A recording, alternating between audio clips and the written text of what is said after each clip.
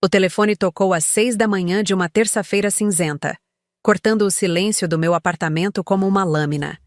Ainda zonza pelo sono, atendi sem olhar o visor, esperando alguma emergência do escritório.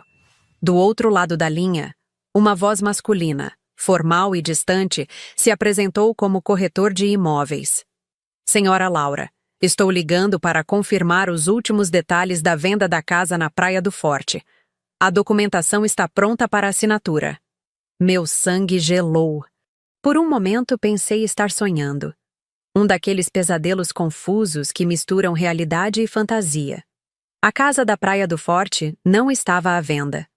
Nunca esteve. Era nosso refúgio sagrado. A herança mais preciosa que vovó Helena e vovô Antônio nos deixaram. Deve haver algum engano, murmurei, tentando organizar os pensamentos. Não autorizei venda alguma. O silêncio do outro lado durou uma eternidade. Quando o corretor voltou a falar, sua voz carregava uma confusão genuína. A senhora não é Laura Mendes, porque aqui consta que sua irmã, Verônica Mendes, tem procuração para negociar o imóvel em seu nome. As palavras ecoaram na minha mente como um eco distorcido. Procuração? Verônica? Minha irmã mais nova que eu havia ajudado em cada crise financeira, em cada relacionamento tumultuado, em cada decisão importante de sua vida? A mesma que chorou nos meus braços quando perdemos nossos avós, jurando que aquela casa seria nosso vínculo eterno com eles? Isso não é possível, consegui articular, minha voz saindo mais aguda que o normal. Não existe procuração alguma. Mas mesmo enquanto negava, uma parte sombria da minha mente já começava a conectar os pontos.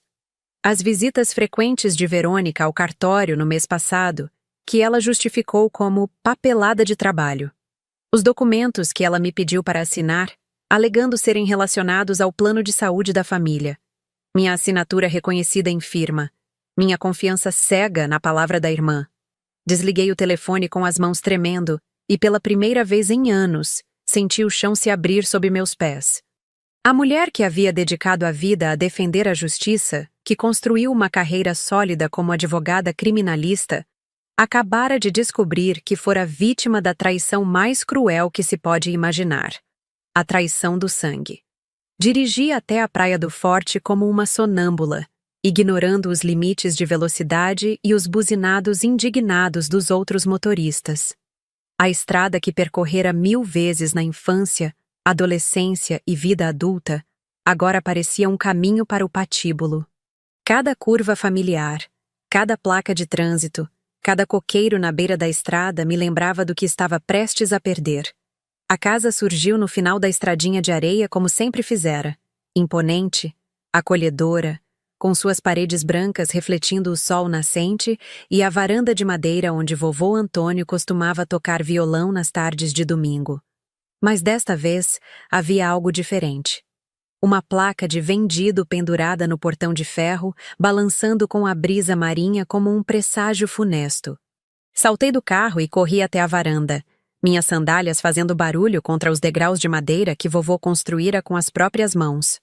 Ali estava o banco onde vovó Helena me ensinou a fazer crochê, onde Verônica e eu dividimos nossos primeiros segredos de adolescente, onde planejamos nossos futuros e juramos amor eterno uma à outra. Encostei a testa na porta de vidro e fechei os olhos, tentando absorver cada detalhe daquele lugar que moldara minha alma. O cheiro de maresia misturado ao perfume dos jasmins do jardim, o som das ondas se quebrando nas pedras, o eco das risadas que ainda ecoavam pelas paredes, fantasmas de verões dourados que nunca mais voltariam. Foi então que vi um movimento no interior da casa. Uma figura feminina reorganizando móveis, retirando objetos pessoais de prateleiras. Meu coração disparou quando reconheci os cabelos cacheados e o jeito característico de se movimentar. Verônica estava lá dentro, em nossa casa, como se nada tivesse acontecido. Bati na porta com força, minha educação de advogada momentaneamente esquecida. Ela demorou alguns segundos para atender, e quando finalmente abriu, seu rosto mostrava uma mistura de surpresa e algo que não consegui identificar imediatamente. Talvez vergonha. Ou talvez cálculo.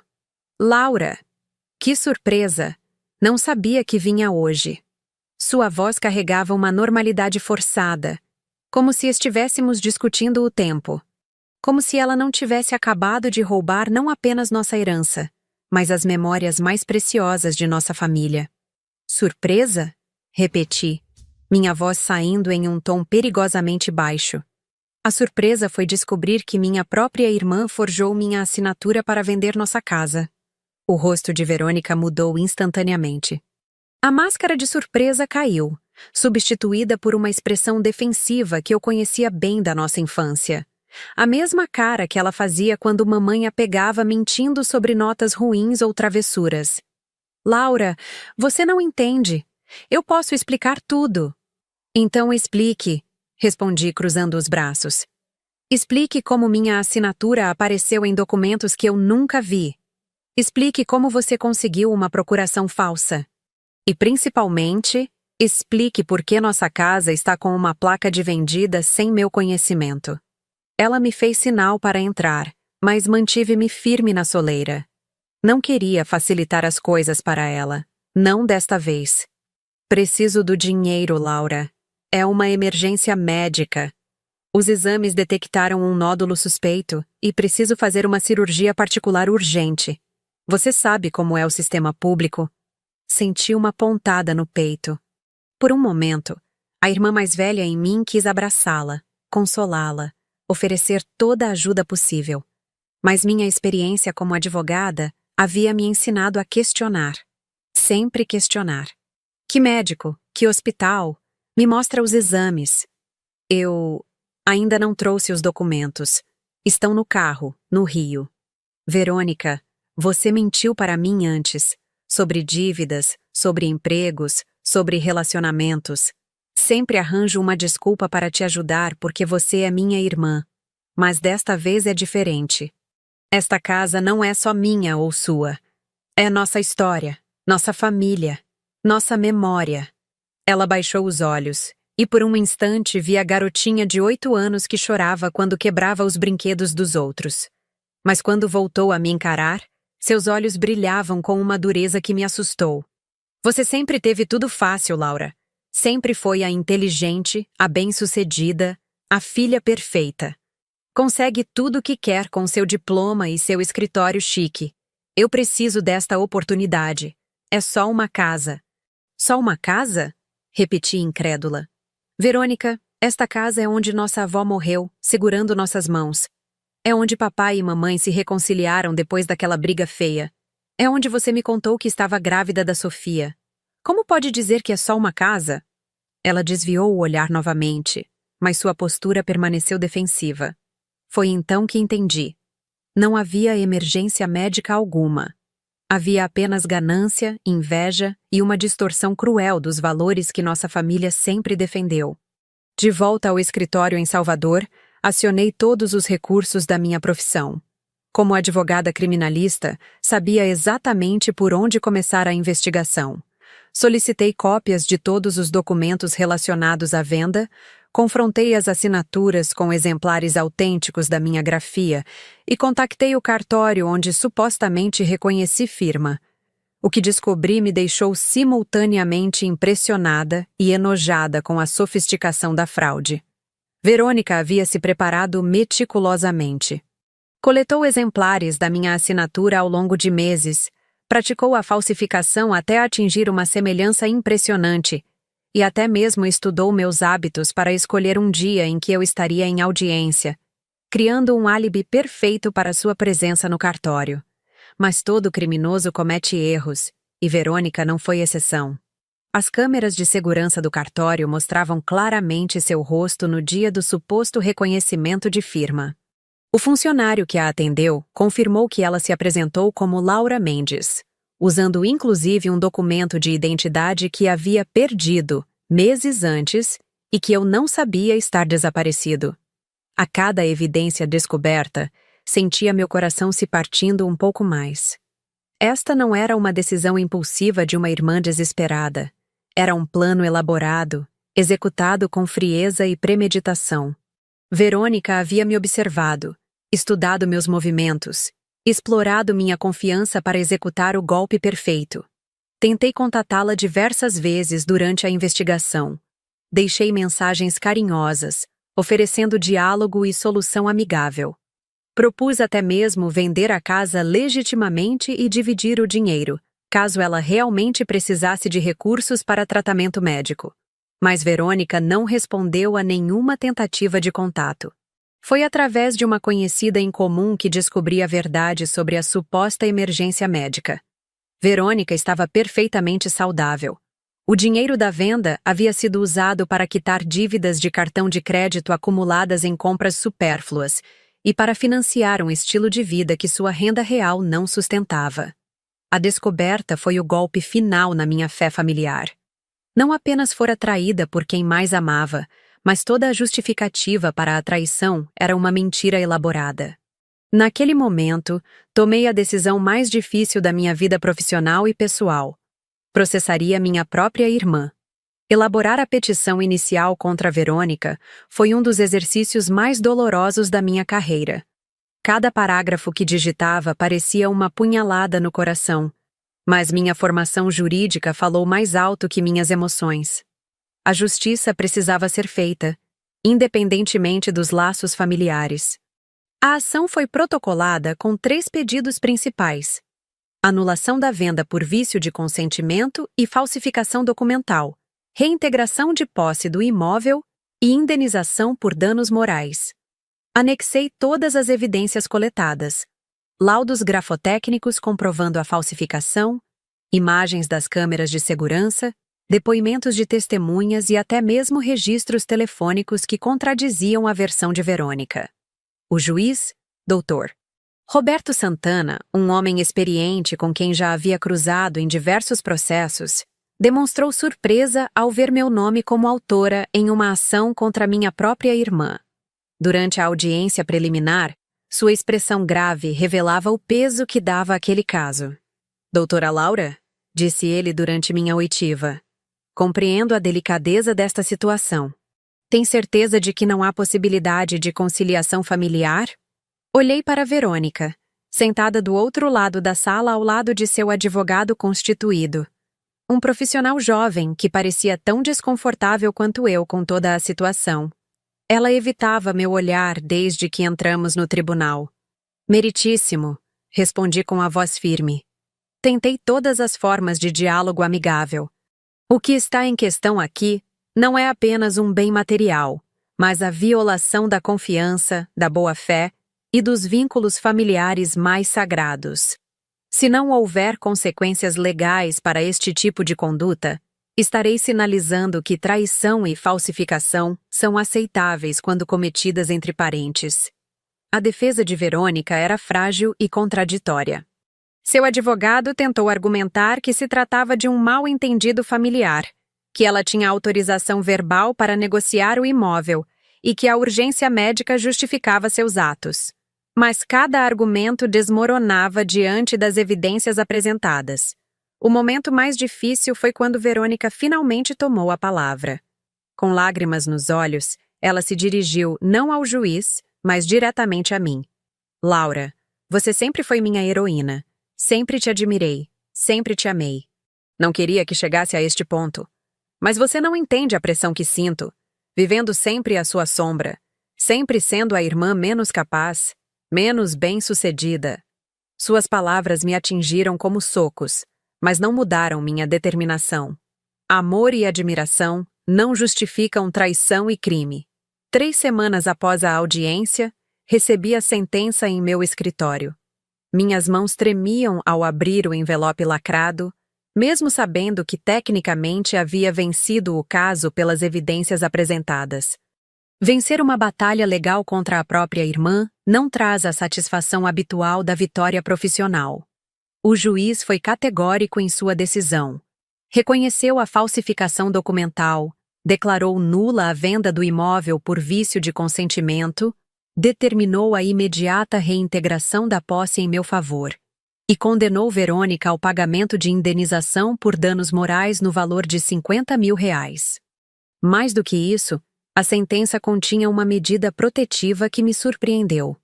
Verônica foi proibida de se aproximar da propriedade por um período de 2 anos, salvo autorização judicial expressa. O magistrado considerou que havia risco de novos conflitos e possível depredação do patrimônio. A decisão também determinou que Verônica devolvesse integralmente o valor recebido pela venda fraudulenta, com correção monetária e juros, para que eu pudesse ressarcir o comprador de boa-fé e recuperar efetivamente o imóvel. Lendo aquelas páginas, senti uma mistura estranha de alívio e tristeza. A justiça havia sido feita, minha casa seria restituída, mas o preço pago havia sido a destruição completa dos laços familiares que construímos ao longo de décadas. Tentei ligar para Verônica após receber a sentença, movida por um último impulso de reconciliação. Queria explicar que não sentia prazer em vê-la punida, que minha intenção sempre fora proteger nossa herança familiar, não destruir nossa relação. Mas seu telefone estava desligado, e soube por terceiros que ela havia deixado a cidade imediatamente após a decisão judicial. Naquela noite, sozinha em meu apartamento, chorei pela primeira vez em meses. Chorei pela irmã que perdi, pelas memórias que foram manchadas, pela inocência que nunca mais recuperaria. Mas também chorei de alívio por ter tido coragem de fazer o que era certo, mesmo quando doía além do suportável. 6 meses depois da sentença transitada em julgado, pisei novamente na areia fofa que levava à casa da Praia do Forte. Desta vez, trazia comigo não apenas as chaves devolvidas pela justiça, mas um projeto completo de reforma e restauração do imóvel. A casa havia sofrido durante os meses de abandono legal. Infiltrações causadas pelas chuvas de inverno mancharam algumas paredes. O jardim de vovó Helena estava tomado pelo mato, e parte da madeira da varanda precisava ser substituída. Mas a estrutura permanecia sólida, como um testemunho da qualidade do trabalho de vovô Antônio. Contratei um arquiteto especializado em restaurações para preservar ao máximo as características originais da construção. Cada decisão era tomada pensando em honrar a memória dos meus avós, mantendo viva a essência do lugar que tanto amaram. Durante as obras, descobri uma caixa de metal enterrada no Jardim dos Fundos. Dentro dela, cartas que vovó Helena havia escrito para vovô Antônio durante o noivado, fotografias antigas da família, e um testamento manuscrito onde expressavam o desejo de que a casa permanecesse sempre unindo a família, sendo um porto seguro para todos os descendentes, independentemente das tempestades da vida. Ler aquelas palavras reforçou minha certeza de ter tomado a decisão correta. Não havia defendido apenas um bem material, mas os valores e sonhos de pessoas que dedicaram a vida a construir algo duradouro para as gerações futuras. A reforma durou 4 meses. Mantive a estrutura original, mas modernizei instalações elétricas e hidráulicas, restaurei as madeiras com carinho artesanal, replantei o jardim seguindo as anotações de vovó Helena e criei um pequeno escritório onde pudesse trabalhar remotamente quando necessário. O resultado foi uma casa renovada que mantinha toda a sua personalidade original. Cada cômodo contava nossa história familiar. Cada detalhe preservado era uma homenagem aos que vieram antes de nós.